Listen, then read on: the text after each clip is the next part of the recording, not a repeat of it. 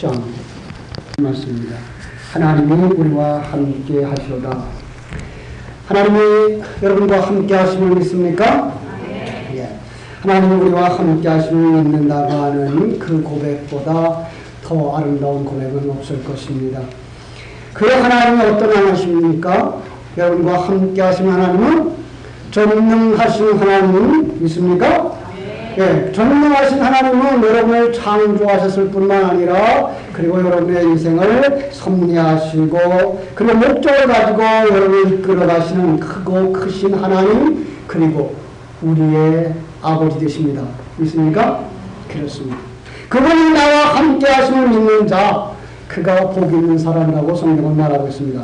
오늘 본문은 그 사실을 잃어버리고 살던 시대에 한 사람에게 하나님의 사자가 찾아와서 당신이 하나님과 함께 하시는 사람입니다. 하나님이 당신과 함께 하십니다. 라고 말하자 그가 놀라는 모습 그리고 그가 그 인을 인하여서 변화되는 모습을 우리가 볼 수가 있습니다. 그 시대 이스라엘을 애굽으로 출애굽시키고 가나안으로 인도하던 출애굽의 모세도 가고 그리고 그들을 이끌고 가나안 땅으로 들어가서 가나안을 정복해서 나누어주던 가나안 정복의 영웅 여호수아도 가고 그리고 그들 앞에 지도자가 보이지 않던 시대입니다. 사사기 21장 25절은 당시 시대를 이렇게 소개합니다. 그때에 이스라엘 왕이 없으므로 사람이 각각 그 속에 옳은 대로 행하였더라.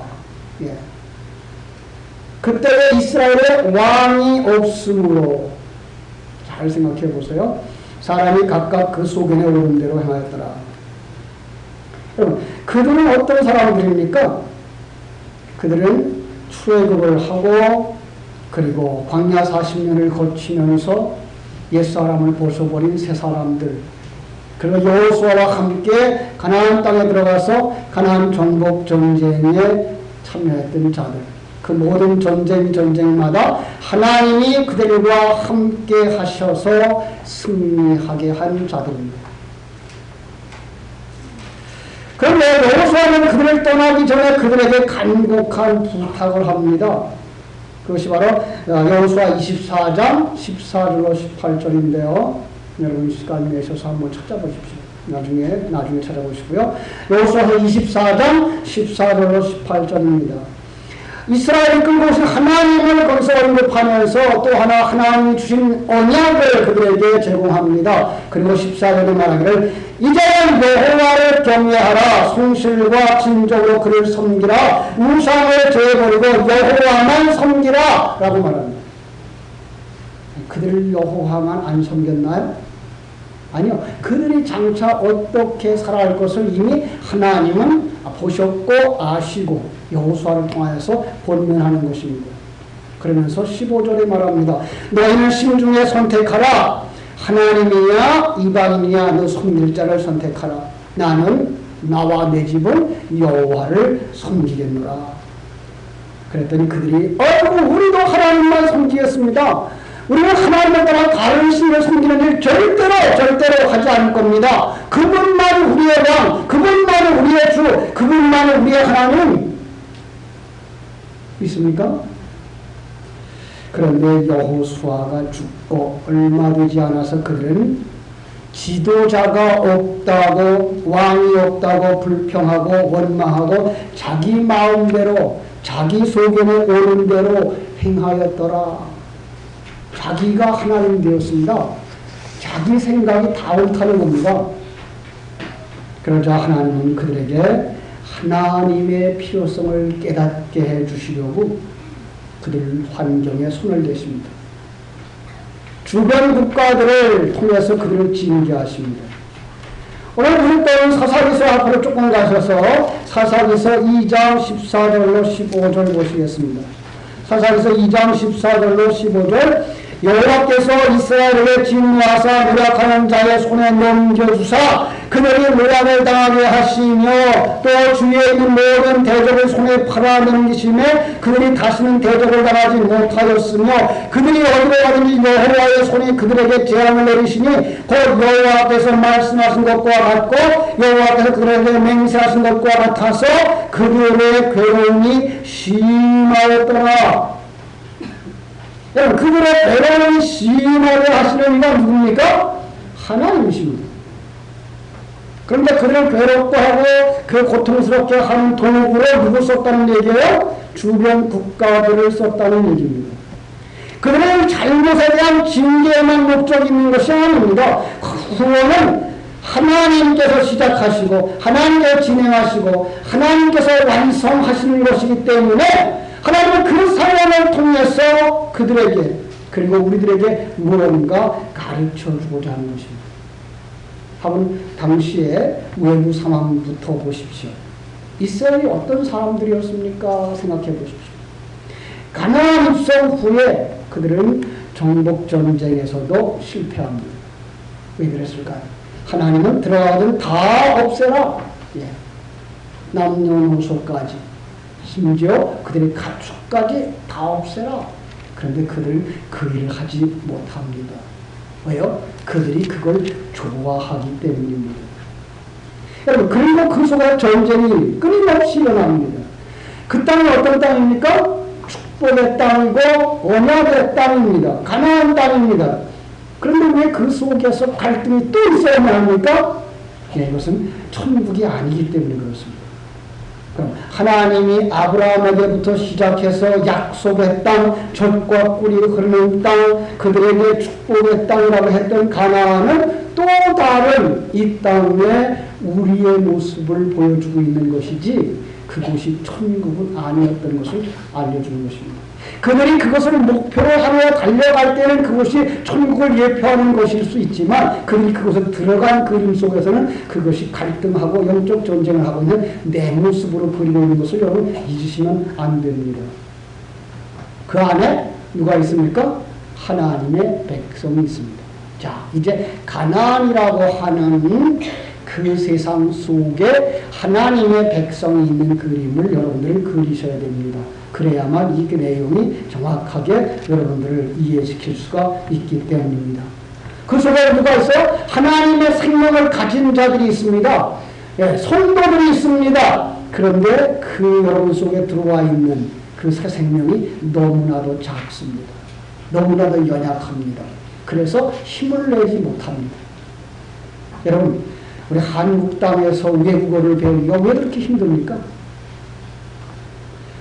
우리 학생들 보면 매일 공부합니다. 그것도 중학교 때부터, 요즘은 소학교 때부터, 그죠? 6년, 10년이 넘게 공부해도 이게 잘 안 됩니다. 왜 그럴까요? 주변 환경들이 전부 다 조선말 하고 있어서 그렇습니다. 전부 다 우리 한국말을 하고 있어서 그렇습니다. 제가 중국어를 이만큼 할 수 있는 거는 제가 중국에 가서 주변 사람들이 전부 중국말을 하니까 중국말을 안 하면 이건 물건도 살 수가 없습니다. 심지어 차 타고 어디 갈 수도 없습니다. 그러니까 말을 안 할 수 없어서 말을 하고 그들과 대화하고 제가 처음 중국에 가서 6개월 만에 중국 교회를 갔습니다. 6개월 동안은 이제 조선족들이 예배하는 교회를 갔고, 그 다음에 이제 그래도 생각하고, 중국말 배워야지 그리고 갔습니다. 그분들 설교가 보통 1시간 반입니다. 예배 2시간 예배하는데 설교를 1시간 하는데 한마디도 안 들립니다. 주 예수 아멘밖에 안 들립니다. 얼마나 힘들었는지 모릅니다. 그래서 저는 그들의 설교를 녹음해다가 그 설교를 받아쓰기를 시켰습니다. 받아쓰기를 시켜놓고 문자를 보면 문장이 그렇게 어려운 문장이 아닙니다. 이해할 수 있습니다. 몇몇 모르는 단어를 빼놓고는 문장을 알 수가 있습니다. 그런데 그 말이 들려지지가 않으니까 내가 말할 수 없는 겁니다. 거기서 그 말을 반복해서 듣고 따라하고 하는 그 말 속에서 조금씩 입이 열려지게 되었는데, 여러분, 우리가 우리가 이렇게 이 땅에 살아가면서, 이 한국이라는 땅에 살아가면서 외국어를 배우는 그렇게 힘든 게 왜? 주변의 모든 문화와 모든 소리가 다 한국말이기 때문에 그렇습니다. 그럼 우리의 영적인 성장은 왜 그렇게 더디다고요? 왜? 주변의 환경이 모두 다 세상적이기 때문에 그렇습니다. 세상적인 사고, 세상적인 모양, 세상적인 본세, 세상적인 힘, 이것이 우리를 큰 물고 있어서 새 생명으로 살아가기가 그렇게 힘든 것입니다. 하나님이 그 생명을 붙들어주지 않는다면 우리는 아마 바위에 눌린 어린 새싹처럼 죽고 말 것입니다. 그러나 그럼에도 불구하고 하나님이 그 생명 붙들어 주시기 때문에 오늘까지 산 줄로 믿습니다. 그런데 그 속에 있는 성도들이 세상의 눈을 팝니다. 정말 하나님 준 그 새 생명과 하나님의 뜻을 바라보고 하나님의 목적을 바라보고 달려나가면 좋겠는데 그 부분을 잊어버리고 그만 세상의 눈이 팔려버려서 세상 사람들 추구하는 걸 추구하고 세상 사람들 즐기는 걸 즐기려고 그러고 세상 사람들 가지는 걸 가지려고 합니다. 가나안에 정착한 후부터 그들은 그 삶을 부러워했습니다. 그리고 그들이 지도자를 부러워하기 시작했습니다. 예전에는 모세가 있었고 여호수아가 있었는데 이제 눈에 보이는 지도자가 보이지 않는다는 얘기입니다. 여러분, 보이지 않는 지도자의 시대, 그리고 지도자가 보이지 않는 시대를 어디에서 나눌 수 있습니까? 예수님과 그리스도의 시대에서 나눌 수가 있습니다. 예수님이 그 12명 제자를 3년 반 동안 이끌어가는 모습을 보면 그게 예수의 시대요, 그게 여호수아의 시대처럼 보이는 겁니다. 그런데 예수님이 부활하신 후에 40일 동안 제자들과 함께 만나고 가르치다가 어느 날 자리 거라인 그리고서는 이제 하늘나라로 올라가십니다. 왜 올라가세요? 이제는 다시 너희들 눈앞에 보이는 모습으로 오지 않겠다. 왜 그래요? 이제 너희들의 시대는 믿음의 시대야 라고 가르쳐줍니다. 그때 이후로 예수님은 눈으로 볼 수 있다 없다? 눈으로 볼 수 없습니다. 그래서 볼 수 없는 예수를 인간들이 얼마나 상상을 해서 그렸는지 세상에 나와 있는 예수의 그림은 다 가짜입니다. 여러분, 이사야서 53장을 보십시오. 두 번 다시 보고 싶지 않은 얼굴. 그런데 그런 얼굴은 너무나 잘생겨서 세상에 어떤 유난도 따라갈 수 없는 얼굴. 그렇죠? 아닙니다. 거룩도 왜 얼굴입니까? 기도원에 대한 오해를 너무나 많이 하고 있습니다. 기도원이 어떤 사람입니까? 우리는 기도원은 굉장한 큰 용사, 굉장히 큰 영웅. 그래서 300명을 데리고도 13만 5천 명을 때려 부순 장군. 이렇게 나옵니다. 잘못 알고 있습니다. 너무나 큰 오해를 하고 있습니다. 오늘 국장에 나오는 그 기도원의 모습을 여러분 상상해 보십시오. 어떤 모습입니까? 겁장입니다. 예.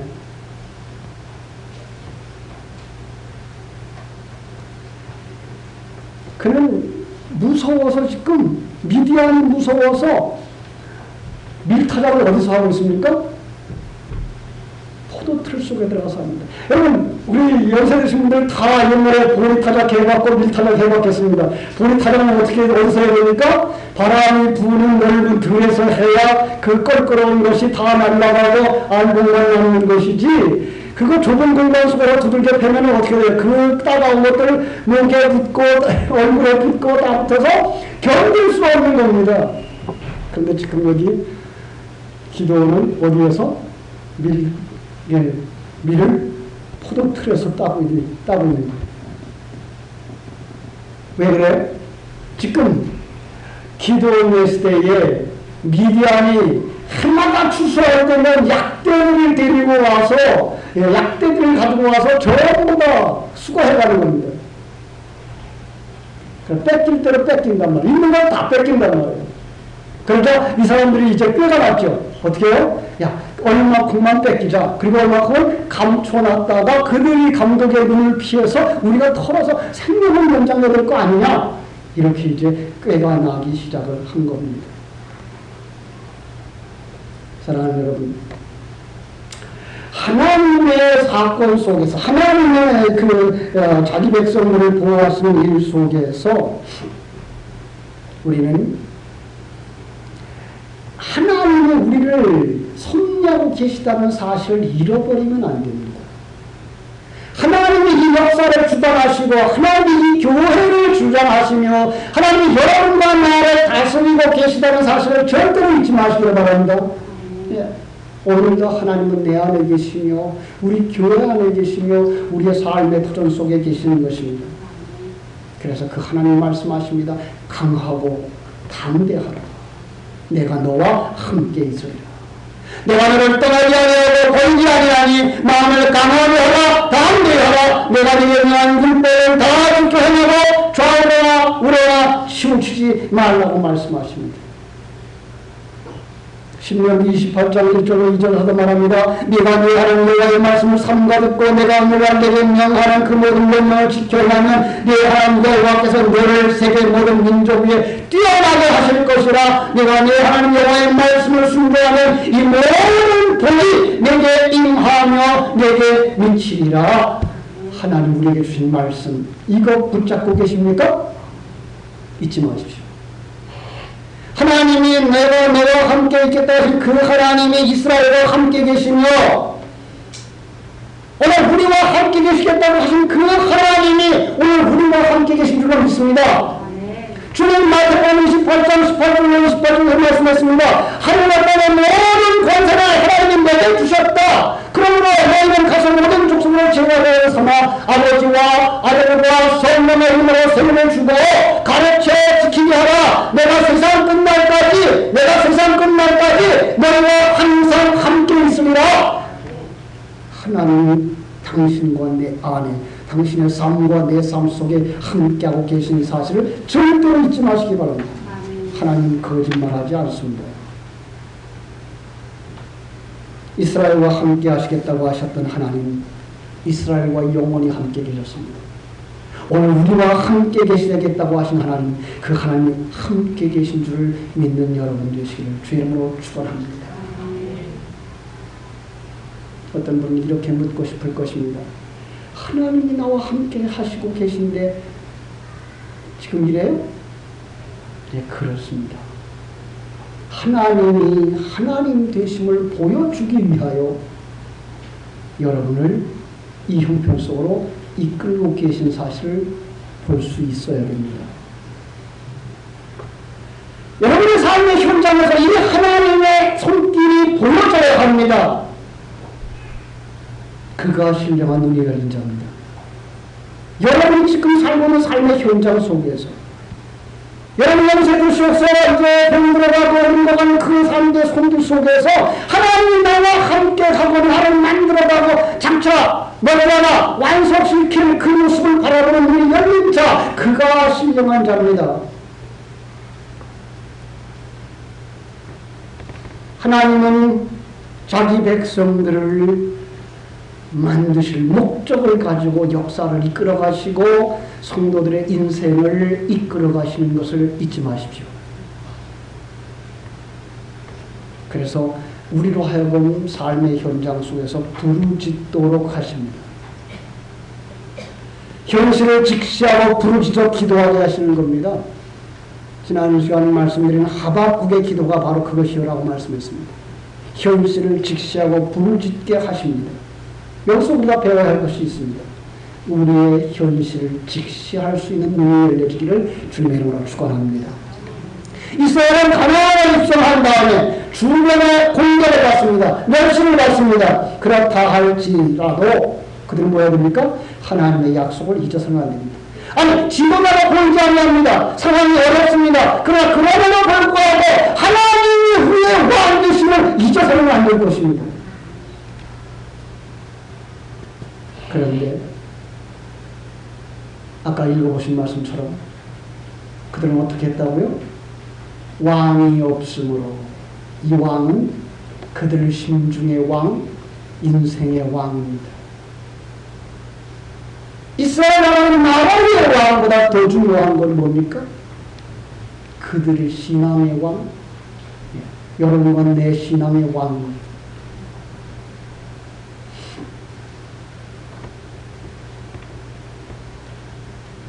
그들은 그 하나님이 보이지 않습니다. 여러분 하나님이 여러분의 왕 되심을 믿습니까? 그분이 여러분의 주인 되심을 믿습니까? 그러면 여러분들을 이 땅에 보내셨고 이 땅에서 여러분을 만드시고 완성되면 여러분을 데려가실 것을 믿습니까? 그 믿음이 열려져야 됩니다. 그런데 자기 삶에 바빠서 하나님을 잃어버립니다. 창세기를 새벽에마다 공부하면서 요즘 아브라함과 사라가 이스마엘을 낳고 13년 동안을 하나님을 기억지 않았습니다. 17장이 되어져서 13년 만에 하나님이 나타나는 그림으로 그리고 있습니다. 세상에 빠져버린 겁니다. 아니, 자식 키우는 맛에 빠져버린 것입니다. 세상의 눈이 빠진 것입니다. 거기에 하나님이 안 계신 것처럼 사는 것입니다. 예, 그건 하나님이 안 계신 것입니다. 요한계시록 20장에 라오디게아 교회를 향하여 뭐라고 말씀하십니까? 내가 문 밖에 두드리오니 문을 열면 내가 너희에게로 들어가마. 무슨 말입니까? 그들의 삶 속에 하나님이 있다요? 없다요? 없는 겁니다. 자기 성공을 내가 세상 것으로 만족하고 있을 것 없을 것 다 갖췄습니다. 그런데 거기에 하나님만 없습니다. 종교개혁 시대에 그런 얘기를 했죠. 요즘 그런 얘기를 하고 싶은 시대입니다. 교회 속에 있을 것 없을 것 다 있습니다. 성가대에 꽉 찼습니다. 성도들을 꽉 찼습니다. 헌금이 가득 찼습니다. 자기들이 하고 싶은 일 다 합니다. 선교도 합니다. 구제도 합니다. 그런데 거기에 하나님 안 계십니다. 그렇다면 그게 무슨 교회입니까? 주님께서 우리에게 말씀하시는 음성은 첫 마디가 무엇입니까? 나를 따라오려거든 자기를 부인하고 자기 십자가를 지고 나를 쫓을 것이라. 성도들이 십자가 지기를 싫어합니다. 자기 부인을 싫어합니다. 자기를 알아주지 않으면 그 교회에 붙어있지도 않습니다. 아니, 십자가를 지라고 죄를 지적하면 죄를 지적하는 게 싫어서 떠나버립니다. 거기에 예수님 계십니까?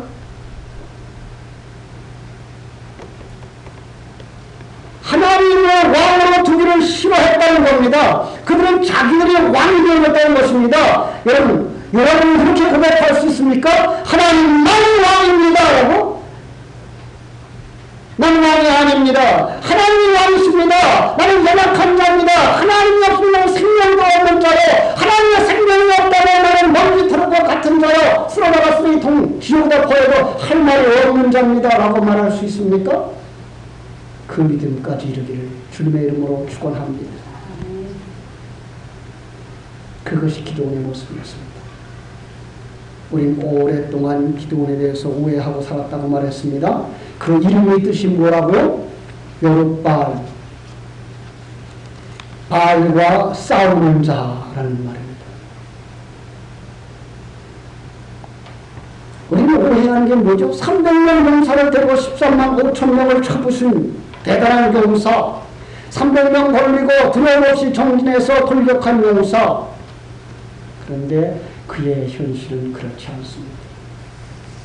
방금 앞에서 말한 것처럼 당시 그들이 두렵고 무서워서 숨어 있을 수밖에 없는 자.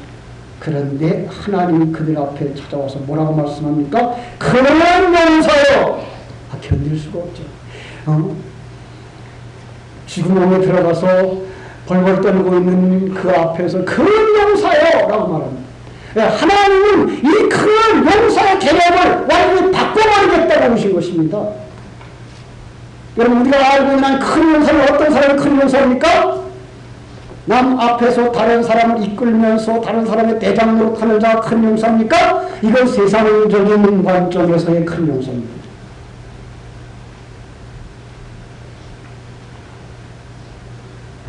그 큰 용사가 성경에 누구의 모습으로 그려지고 있는가 하면 사울의 모습으로 그려지고 있습니다.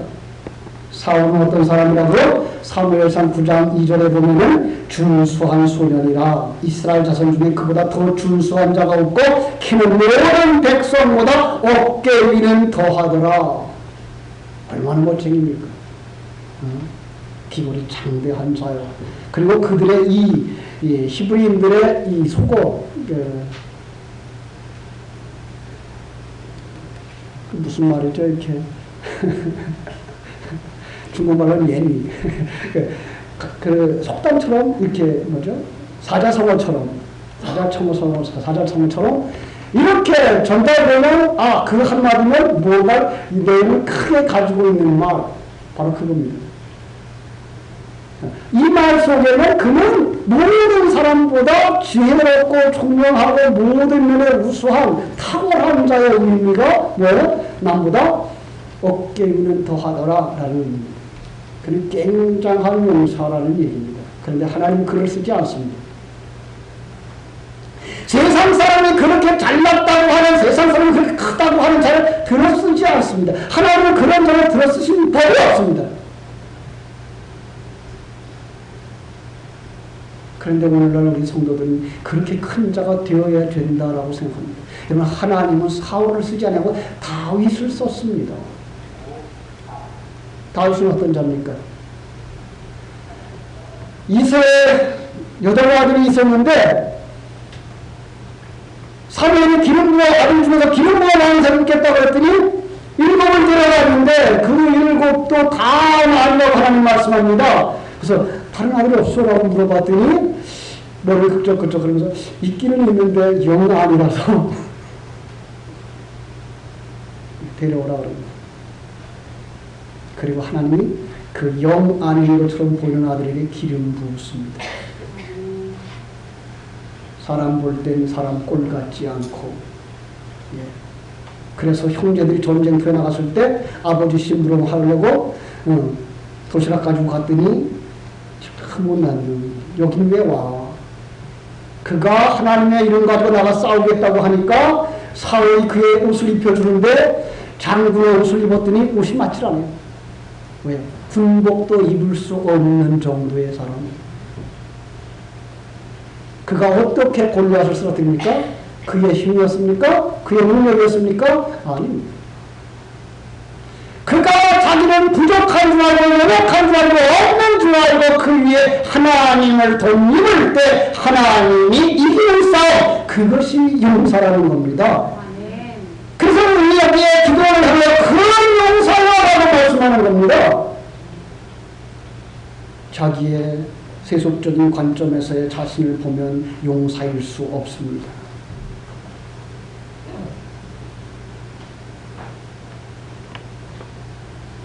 그는 참으로 부끄럽게 없는 사람입니다. 여러분, 우리가 성경을 보면서 오해하는 부분이 있는데요. 성경 본문 열고 그래서 본문만 보는 경우입니다. 여러분, 사사기에서도 역시 마찬가지고요. 전체 성경이 마찬가지인데 기도원의 이야기가 어디에 붙어있냐를 보십시오.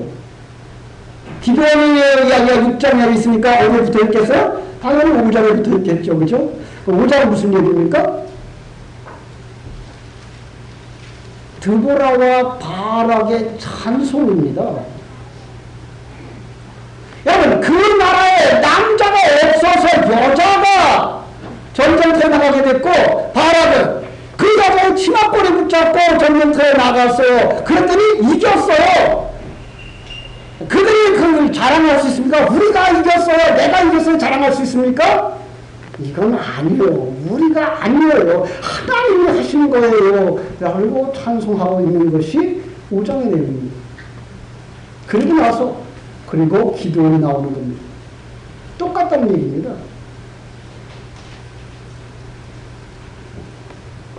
약한 자를 들어서 강한 자를 부끄럽게 하시는 하나님. 그가 바로 하나님의 용사입니다. 아니요, 하나님이 용사이신 것입니다. 하나님이 승리하시고 그 승리를 우리에게 넘겨주었을 뿐입니다. 오늘 본문에 하나님이 뭐라고 말씀하십니까? 난 너희를 애굽에서 이끌어낸 정의한 자라. 왜 전적으로 나를 신뢰하지 못하고 하나님의 말씀을 존중하지 못하느냐? 왜 하나님은 살아서 오늘도 역사를 주관하고 섭리하고 자기 백성을 목적을 가지고 이끌어가시는 사실을 인정하지 못하고 있느냐라는 것입니다. 여러분, 하나님을 전적으로 신뢰했더라면 미디안이 쳐들어온들 무슨 걱정이 있습니까? 아니, 미디안을 들어서 공격하고 계신 하나님의 그 섭리를 볼 수 있었다면, 지난주 제가 한 설교를 들었다면,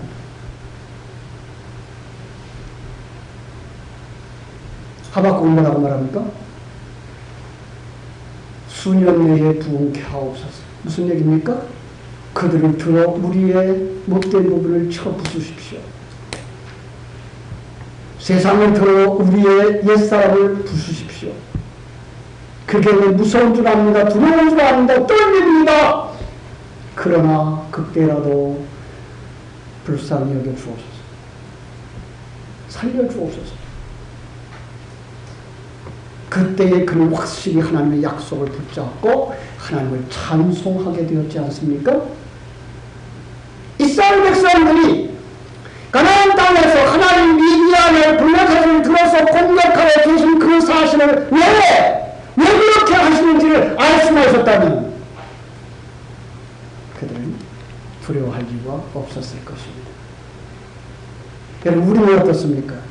우리가 만난 이 환경이, 여러분이 만날 그 환경이 여러분 무섭기만 하고 두렵기만 합니까? 그 속에 못하고 계시는 하나님, 그 하나님의 손길을 볼 수 있는 신령한 눈이 열려지기를 주님의 이름으로 축원합니다. 하나님의 진노는 형벌과 심판만 아닙니다. 하나님 누구라고요? 여러분의 누구예요? 아버지십니다. 아버지가 자식을 때리는 이유는 심판입니까? 진노입니까? 천나라고 때리는 것입니다. 방소라고 때리는 것입니다. 왜 하나님이 자식을 때립니까? 아니, 독생성을 희생해서 산 자기 아들들인 성도를 왜 징계하시느냐고요? 거기 목적이 있는 것입니다. 혼내서 고치시려고, 옛사람 벗겨버리시라고 목적을 가지고 역사하는데 왜 그 목적을 보지 못합니까? 안 보이십니까? 그래서 주님이 말씀했습니다. 너희는 먼저 그의 나라와 그의 뜻을 구하라고. 그런데 영안이 열리지 않은 인간은 고작 부르짖는 게 뭡니까? 하나님 여기서 살려주세요. 이 문제 해결해주세요. 거기다가 또 목사님을 한술 더 떠서 예수는 모든 문제를 해결하는 맞는 열쇠. 여러분, 인생의 문제는요, 예수 그리스도라고 하는 것 가지고 이 세상적인 형통으로 이끌어가지는 않습니다. 예수 그리스도가 왜 오셨는지를 아셔야 되고, 그리스도를 통해서 어떻게 이끌어가려고 하는지 아셔야 거기서 문제가 해결되는 것이지, 여러분의 고난과 고통과 질병의 문제를 예수 그리스도로 풀 수가 없습니다.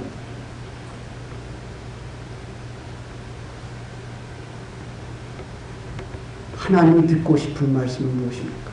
하나님이 듣고 싶은 기도는 무엇입니까? 하나님이 듣고 싶은 성도의 외침이 무엇입니까? 탕자의 마지막 외침과 같은 겁니다. 아버지, 난 아무것도 아니군요. 아버지의 사랑이 아니면, 아버지의 그 크신 은혜가 아니면 나는 뭔지만도 못하군요. 품꾼에 하나도 좋으니 아버지 집에 들어가기만 해주세요. 아버지는 그때 깨닫고 그 앞에 아버지라고 부르는 그 목소리 듣고 싶어 하시는 겁니다. 여러분이 진정으로 그분 앞에 하나님의 자녀요, 그분이 아버지라고 여겨진다면 그 열린 마음 가지고 그 아버지 앞에 정말 통해자복하는 마음 가지고 아버지, 하나님은 그 목소리를 듣고 싶어 하는 것입니다. 그래서 시편 51편 17절 말합니다. 하나님이 구하는 제사는 상한 심령이라. 아프고 고통스러운 가운데서 하나님을 깨닫고 그 앞에 마음을 드리는 그 심령. 마태복음 5장 4절에서는 그런 자를 복 있는 자라 했습니다. 복 있는 자는 어떤 사람이에요? 애통하는 자. 자기의 죄인됨과 그리고 무능함을 깨달았고, 그리고 옛사람을 벗어나지 아니하는 그것 때문에, 아직도 옛사람을 좋아하고 세상을 좋아하는 그것 때문에 애통하는 자의 그 마음, 그가 복 있는 자라고 말씀하는 것입니다. 그때 하나님은 그래, 내 아들아, 내가 그 깊은 진리를 깨달았구나 하고 돕는 자를 세워주시는데, 그가 기드온인 것입니다. 사실은 그 기드온은 예수 그리스도의 예표입니다. 그리고 성도들의 모습입니다.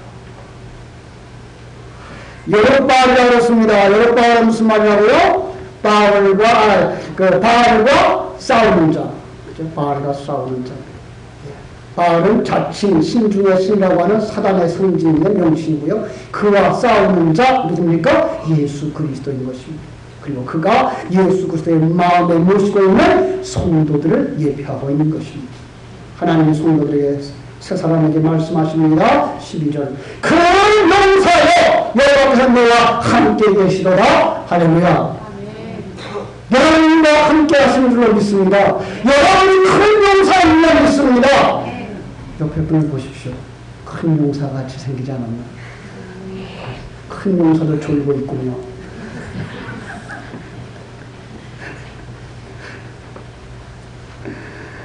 우리는 졸고 있는 큰 용사입니다.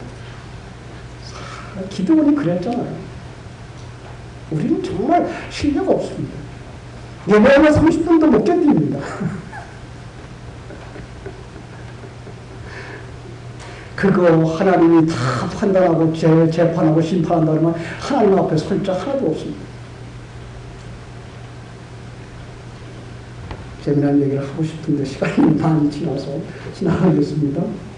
15절 주여 내가 무엇으로 이스라엘을 구원하니까 나의 집은 므낫세 중에 지극히 약하고 나는 내 아버지 중에 제일 작은 자입니다. 자신의 처지를 조건을 자격을 내놓으면서 나는 없어요. 나는 안 돼요. 다른 사람 알아보세요. 모세도 그런 핑계를 댔죠. 포리교의 교인들도 그런 핑계 대죠. 구역장님 좀 하라면 다 못한대죠. 주일학교 선생님 좀 하라면 다 못한다죠. 예. 맞습니다.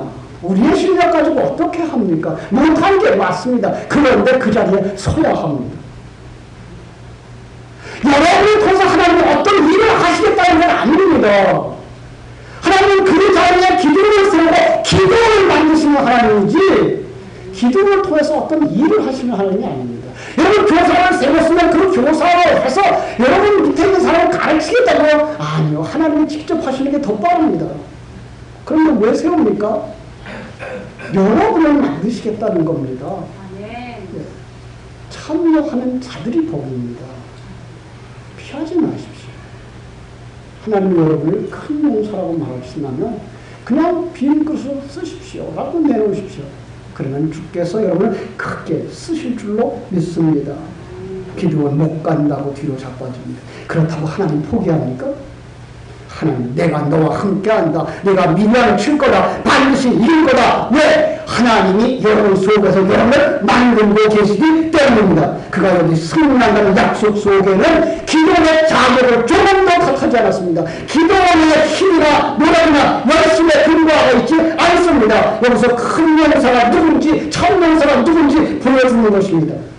자기의 부족을 깨닫고 하나님 앞에 항복하고 하나님만 의지하는 자, 하나님의 능력을 힘입어 구원의 완성으로 가는 자, 그가 큰 용사, 십자가 불병인 줄로 믿습니다.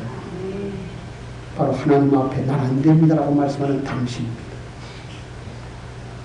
난 할 수 없지만 나를 도구로 삼아 쓰시도록 하나님 앞에 나를 들면 하나님은 당신을 들어서 하나님 나라를 만드시는 겁니다. 여러분 속에 하나님 나라를 만드시는 겁니다. 그 또 다른 그림이 13만 5천 명 군사와 싸우는 300명 용사의 그림입니다. 여러분 가나안 입성할 때 그들 장군이 몇 명인지 아십니까? 60만이에요. 그런데 얼마 시간이 지나고 나니까 그들이 전쟁 나가다 그러면 무였더니 몇 명에서 3만 2천 명. 나는 다 어디 갔어요? 다 어디 갔냐고요? 우리 교회 현실 같아요. 그제 인터넷에 들어가서 이제 카페를 만들려고 포리교회 카페를 찾다 보니까 거기에 아직도 주일학교 카페가 살아있고요. 예, 성가대 카페가 살아있고요. 그리고 포리교회에서 행사했던 카페들을 다른 교회가 갖다가 교훈으로 삼아 썼던 것들이 아직도 그들 교회 속에 남아있더라고요. 예, 그 아름다웠던 영상. 예. 다 어디로 가고.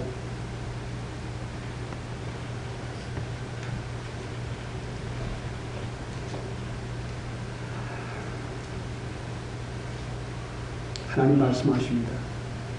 그들 속에 말하라. 두렵거든 다가가라. 그랬더니 10,000명이 또 가버려요. 그래서 이제 얼마 남았습니까? 22,000명 남았습니다. 그것도 많다. 그리고 그들을 데리고 물가로 가서 선별을 하랬더니 적은 숫자가 나왔습니다. 몇 명입니까? 300명입니다. 그들은 왜 선별됐습니까? 조건이 없습니다. 어떤 사람들은 거기서 조건을 물을 어떻게 마셨기 때문에 주변을 경계했기 때문에 그들이 선별됐다고 말하는데 아니요. 그들이 수가 적기 때문에 그런 겁니다. 왜 하나님이 많은 국가 속에 이스라엘을 택했다고요? 인구가 적기 때문입니다.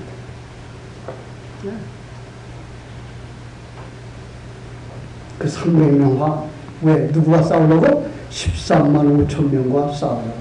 그런데 하나님 그 적은 무리하고도 싸우는데 거기다가 핵폭탄이라도 줬으면 얼마나 좋아. 그렇죠? 근데 무기를 하나도 안 줘요. 무기는 뭐예요? 횃불과 나팔. 그 횃불도 어디다 감추라고요? 항아리 속에다 감춰가지고. 그 무슨 전쟁을 하시려고요? 그런데 이겼습니다. 그 300명이 돌아와서 뭐라고 할 겁니까? 우리가 뭐 가지고 싸웠다고 할 겁니까? 어떻게 싸웠다고 할 겁니까? 우리는 한 게 아무것도 없다고 할 뿐입니다. 그들이 큰 용사입니다. 그들이 하나님의 용사입니다. 누가 싸웠다는 것입니까? 하나님이 싸웠다고 하는 것입니다. 그들과 함께 하시는 그 하나님이 여러분과 우리와 함께 해 주신 줄로 믿습니다. 그 하나님이 우리 하나님 되시는 줄 믿습니까? 그 하나님 앞에서 여러분 자신을 비우고 하나님으로 충만하셔서 하나님 앞에 쓰임받는 큰 용사들이 되시기를 바랍니다. 그 하나님이 여러분과 함께 하십니다. 기도하겠습니다. 하나님 아버지, 하나님의 크신 은혜와 사랑을 감사하고